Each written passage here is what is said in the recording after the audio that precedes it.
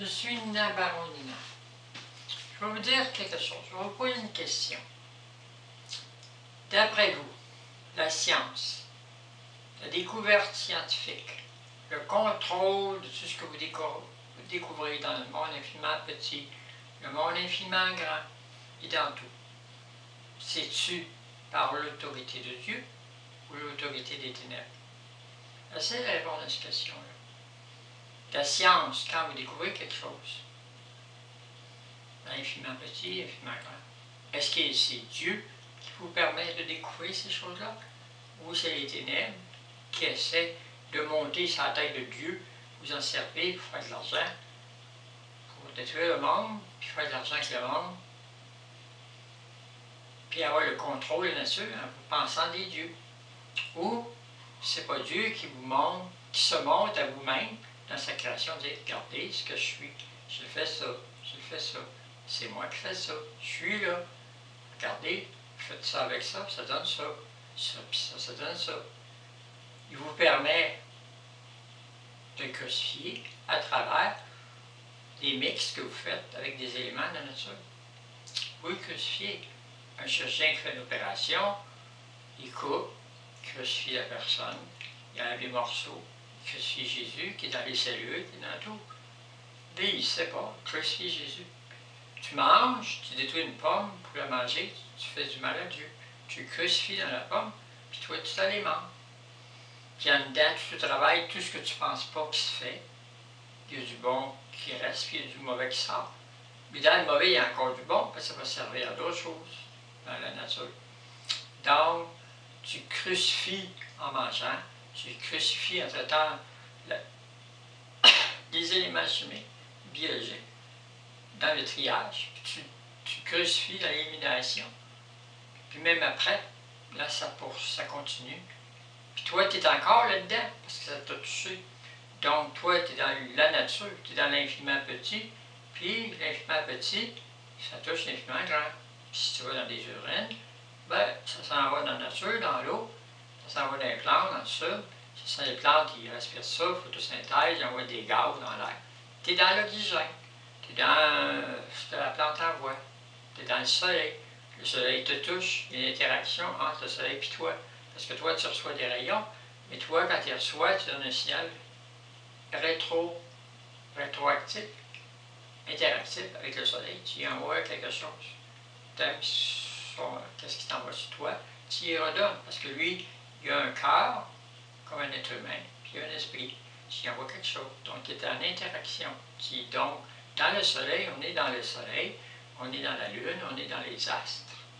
On est dans l'infiniment petit. On est dans les microbes, on est dans les bactéries. On est partout, on fait partie d'un tout. Donc, si on fait partie d'un tout, on est dans Dieu aussi, parce que Dieu est dans tout. Mais à une échelle tellement petite, parce que chaque individu, c'est une petite unité. Mais l'ensemble des individus de toute la création forme une petite partie de Dieu. Parce que la création, c'est pas tout Dieu, c'est juste une petite partie de Dieu.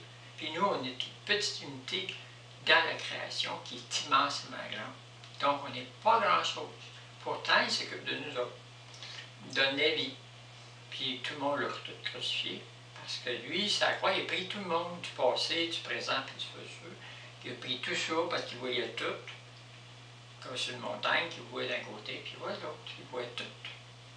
C'est un éternel présent.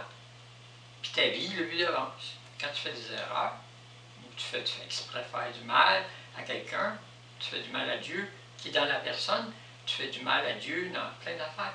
C'est impossible de ne pas faire du mal à Dieu. Tu fais du mal à Dieu, même en voulant faire le bien. Tu veux faire le bien, puis tu fais le mal.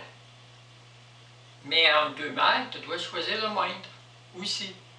Tu peux faire du mal à quelqu'un, puis tu dis, ben, je vais le faire un peu moi-même, essayer ça, au lieu de faire ça, je suis pogné, j'ai pas le choix. Tu fais moins pire. Dieu regarde tout ça. Il regarde tout.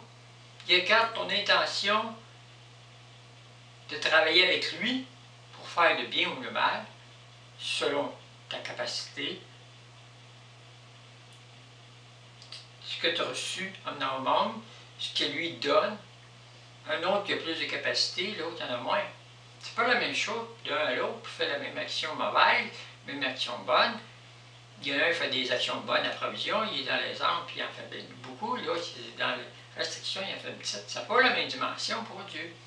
Il n'y a rien qui est pareil d'une personne à l'autre. Dieu donne à chacun de façon différente. Au bon, mauvais, vous êtes croyants.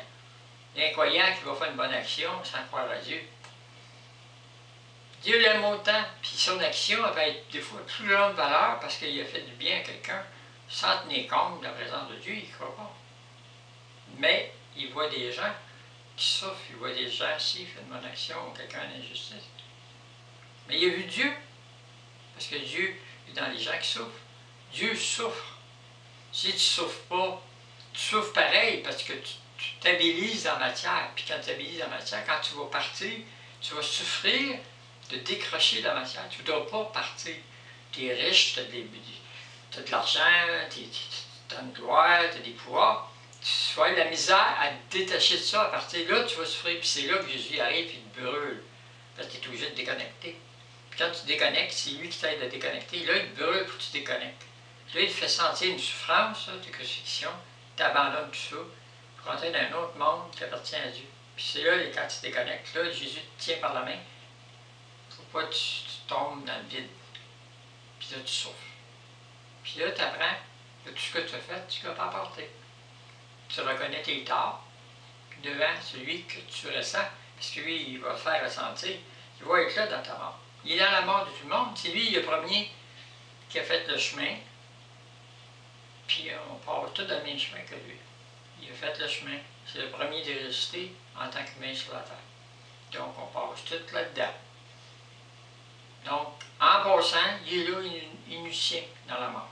Puis on traverse avec lui. Pas avoir peur. Avoir peur, c'est pas avoir confiance en Dieu, tu l'offenses. Parce que Dieu, il t'aime. Quand tu as une épreuve, puis c'est dur à vivre, tu lui donnes à Dieu, tu dis aide-moi.